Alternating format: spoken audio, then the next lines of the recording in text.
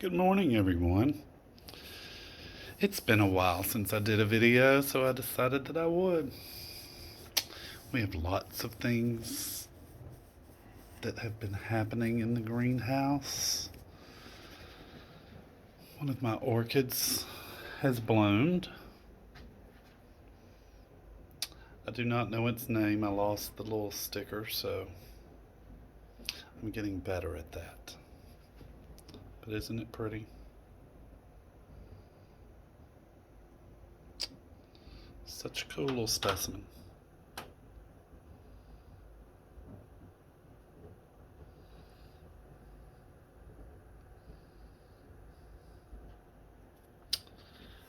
And another orchid is on its way to blooming. It's got little bloom spikes all over it.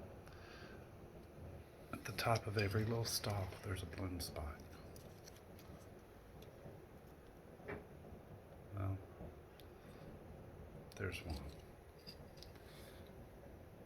There's another one.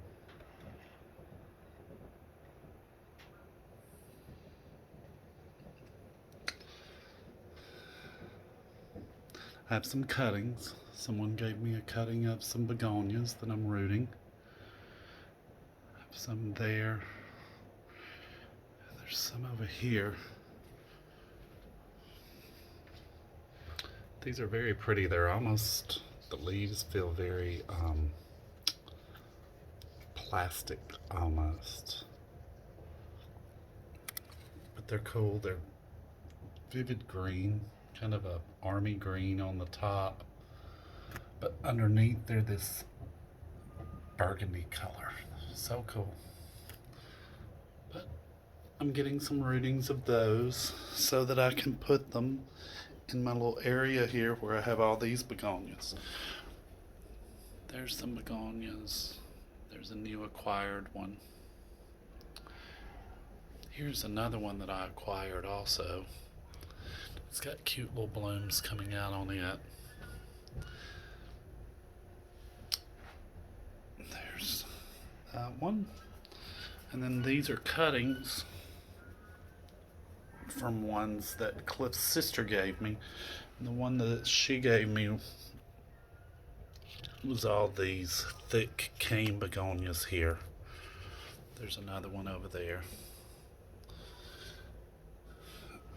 Sometimes you just can't make the parent plant look any better, but you can cut it off and get rootings and they look like this.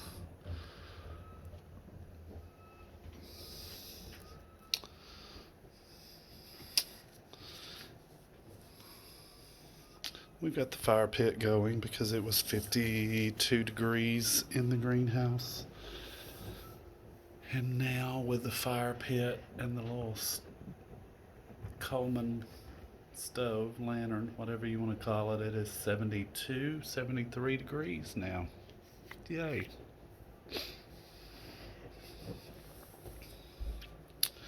This plant still intrigues me, the coloring. It is just the coolest pattern on a plant.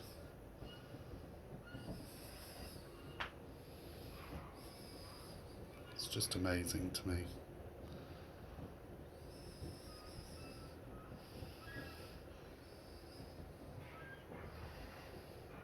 It is a bromeliad, but instead of living in the trees like most bromeliads, it is a ground bromeliad. It grows in dirt. And this Dicea that I have acquired, it's doing really well. Some of the leaves are turning green. It's got a baby coming out. I'm still intrigued by the pattern on the back of it. It's hard for me to video it. There it is. It's like a little DNA pattern.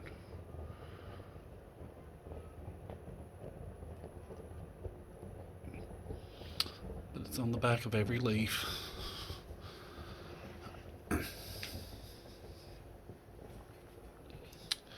Hoyas are doing well. They still reach out. This one is reaching out too. the orchid wrapping around it.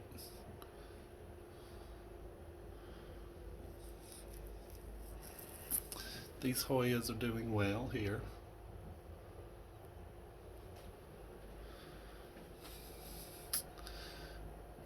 I neglected this one a little bit and its leaves are a little shrunken. But I've watered it. It'll plump back up. They're like succulents. The clerodendron's about to bloom. It's got bloom spikes on it.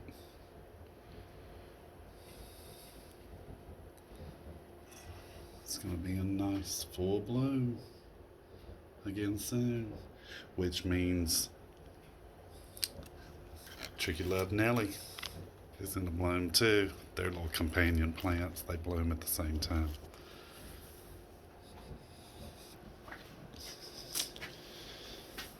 The Piper nigrum is growing really well by the front door. I was worried that it was going to be in a too cool of an area, being right by the door, but it's grown tremendously.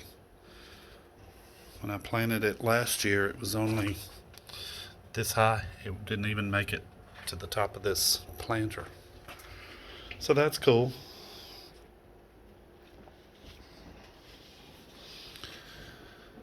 And I think those are all the updates. Cliff got another Sansevieria and it has a beautiful bloom spike on it. It is Sansevieria Mikado Fernwood. Mikado Fernwood. Mikado, maybe. I bet it's Mikado Fernwood. But it's huge. It's very pretty.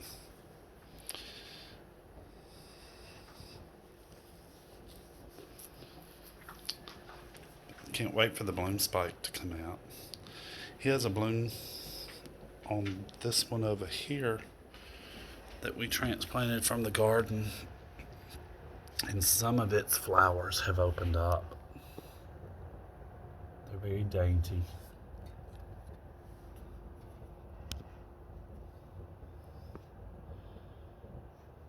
Very cool.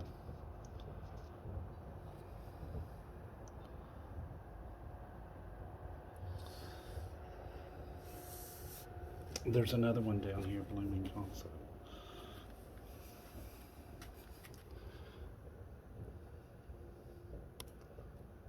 Very odd little plants, blooming wise.